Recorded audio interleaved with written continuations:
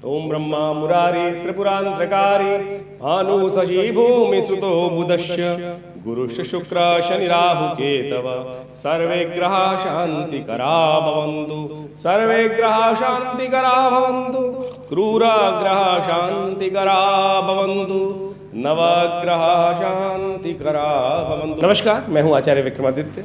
आज हम आपके समक्ष उपस्थित हैं कुंभ राशि वालों के लिए शनि मंगल की युति जो समाप्त हुई है वो क्या करेगी। 23 अप्रैल को शनि मंगल की युति जो चल रही थी पिछले करीब 1.5 महीने से, ये परिवर्तन की तरफ जा रही है और ये परिवर्तन विशेष तौर पर बहुत महत्वपूर्ण रहने वाला है और इस परिवर्तन का लाभ बहुत सुंदर तरीके से आपको मिल सकता है।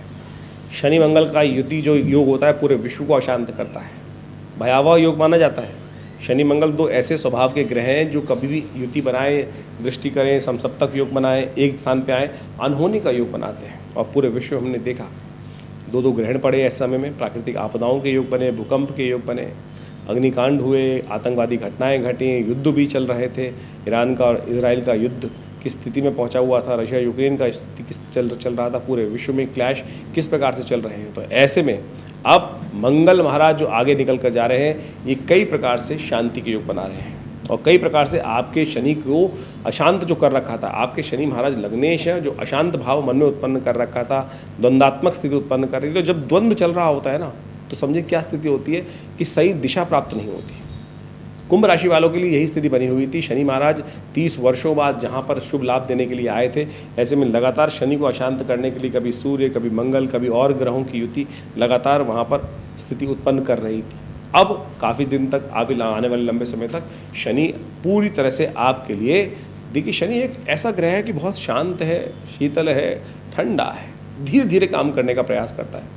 शनि का परिवर्तन एकदम नहीं होता, शनि एकदम धीरे, सबसे लंबा प्रभाव देता है, 2.5 साल तक एक राशि में रुकते हैं। अब शनि महाराज 1 वर्ष करीब रह गया है शनि का यहाँ पर कुंभ राशि में रहना, परिपक्व काल आ गया है शनि का। और ये परिपक्व काल में आपके लिए कई प्रकार के लाभ, कई प्रकार के सुंदर योग बनाते दिखाई देंगे। एक बात देखें, शनि आपके लग्नेश हैं, आपकी राशि के स्वामी हैं और सुंदर तरीके से वहीं विराजमान है और ये आपके लिए बहुत धीरे धीरे कई प्रकार के परिवर्तन लाने के योग बहुत सुंदर तरीके से बनाने की स्थिति उत्पन्न करते दिखाई दे रहे हैं। ऐसे में बस थोड़ा चिंताएं बढ़ाते हैं शनि महाराज यहाँ पर बैठकर।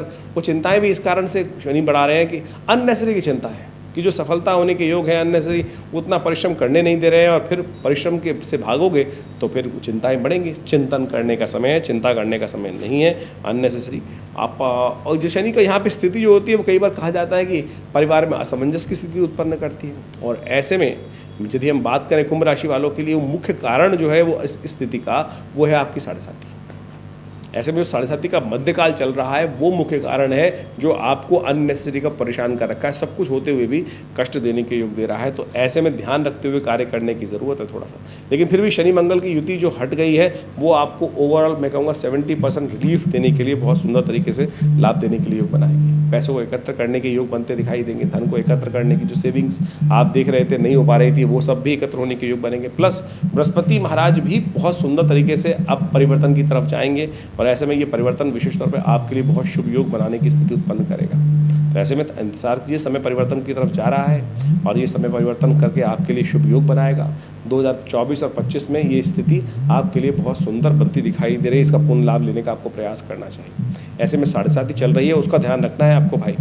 कुंभ राशि वालों के लिए 7.5 चल रही है तो वो कहीं ना कहीं झटका दे सकती है। वैसे शनि का परिवर्तन बढ़िया है, शनि का योग बढ़िया है, लेकिन 7.5 मुख्य कारण है आपकी राशि के अनुसार से। यदि हम बात करें कुंभ में शनि स्वग्रही होकर चलते हैं, लेकिन 7.5 जो है उसका उपाय सेहत खराब, टाइम खराब, पैसा खराब करने की योग 7.5 बनाती है। तो ऐसे में कोशिश करें शनि के मंत्र का जप करें, हनुमान चालीसा का पाठ करें, अपनी शरीर रक्षा के लिए, एक्सीडेंट से बचने के लिए तुला दान लगातार करने का प्रयास करें। साल में 3-4 बार अपने वजन के बराबर सतनाजे का दान कर दीजिए, अन्न का दान कर दीजिए और अच्छे से इस समय को स्कैन करके चलने का प्रयास कीजिए, क्योंकि 7.5 का समय होता है। इसको बहुत सोच समझ के बोलना चाहिए। ज्योतिष के दृष्टिकोण से हमारे को तो यही सिखाया गया है कि 7.5 में भाग्य जागने का समय भी चल रहा हो तब भी जवान दबा के बोलने का प्रयास कीजिए, क्योंकि कहीं ना कहीं समय परिवर्तन पलटी मार सकता है समय। तो ध्यान रखते हुए 7.5 है, इसका उपाय लगातार आपको करने का प्रयास करना चाहिए, वो कहीं ना कहीं दुख का कारण बन सकती है। और विचार कीजिए पूरी जन्मपत्री। आमतौर पर हम पूरी जन्मपत्री को अच्छे से समझना इसलिए चाहते हैं कि उसके द्वारा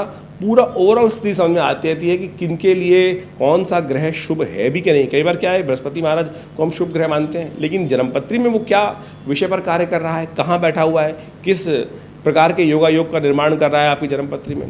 कहाँ चंद्रमा का, जैसे तो रोज पदार्पण होता है, लेकिन कहीं चंद्रमा आपकी कुंडली में केमुद्रम इत्यादि योग तो नहीं बना रहा है। उनका लिए कैसे परिवर्तन का योग बनाना है, क्या क्या स्थिति ग्रहों की है और कौन कौन से खास उपाय कर उन ग्रहों स्थिति को परिवर्तन करने के लिए आप उपाय कर सकते हैं, वो खास तौर पे जान लेना चाहिए। और हमारा ये संस्थान विशेष तौर पर लगातार ऐसे ज्योतिष के बहुत सारे विषयों पर बहुत सारे शोध कर बहुत सारी पुस्तकें भी लगातार छापने का प्रयास करता ही है। बहुत सारे कार्य करते रहते हैं, बहुत सारे आश्रम पर नित्यपति यज्ञ भी चलते हैं, उन सब में भी आप सम्मिलित हो सकते हैं। हर रविवार को एक विशेष कार्यक्रम होता है, हर मंगलवार को विशेष तौर पर भगवान का स्तवन होता है। माँ दुर्गा की सिद्ध प्रतिमा है जो 1947 में मुल्तान से आकर यहाँ प्रतिष्ठित है। आज आचार्य श्री केशव देव जी की के द्वारा इस संस्थान की स्थापना की गई 1900 करीब 60 के आसपास, और तब से विभिन्न पराविद्याओं के विषय पर हम लगातार कार्य करते रहते हैं, चाहे वो मंत्र विज्ञान है, चाहे वो यज्ञ विज्ञान है, चाहे वो विशेष तौर पर और भी योग इत्यादि, ज्योतिष इत्यादि, आयुर्वेद इत्यादि, इन सब पर। हॉस्पिटल भी है, योग प्राकृतिक चिकित्सा का 100 बेड का हॉस्पिटल है, गौशाला है आश्रम के अंदर। दिल्ली जैसे क्षेत्र में लगातार हम पिछले करीब 50-60 सालों से ये सुंदर कार्य, अध्यात्म के संबंध में कार्य यहाँ से करने का प्रयास कर रहे हैं। और आप सब लोग हमारे आश्रम से जुड़ सकते हैं। और बहुत सारे हॉस्पिटल है, योग प्राकृतिक चिकित्सा आयुर्वेद का एक 100 बेड का हॉस्पिटल है जो आश्रम में कार्यरत है, सेंट्रल गवर्नमेंट के पैनल पर है, दिल्ली गवर्नमेंट के पैनल पर है।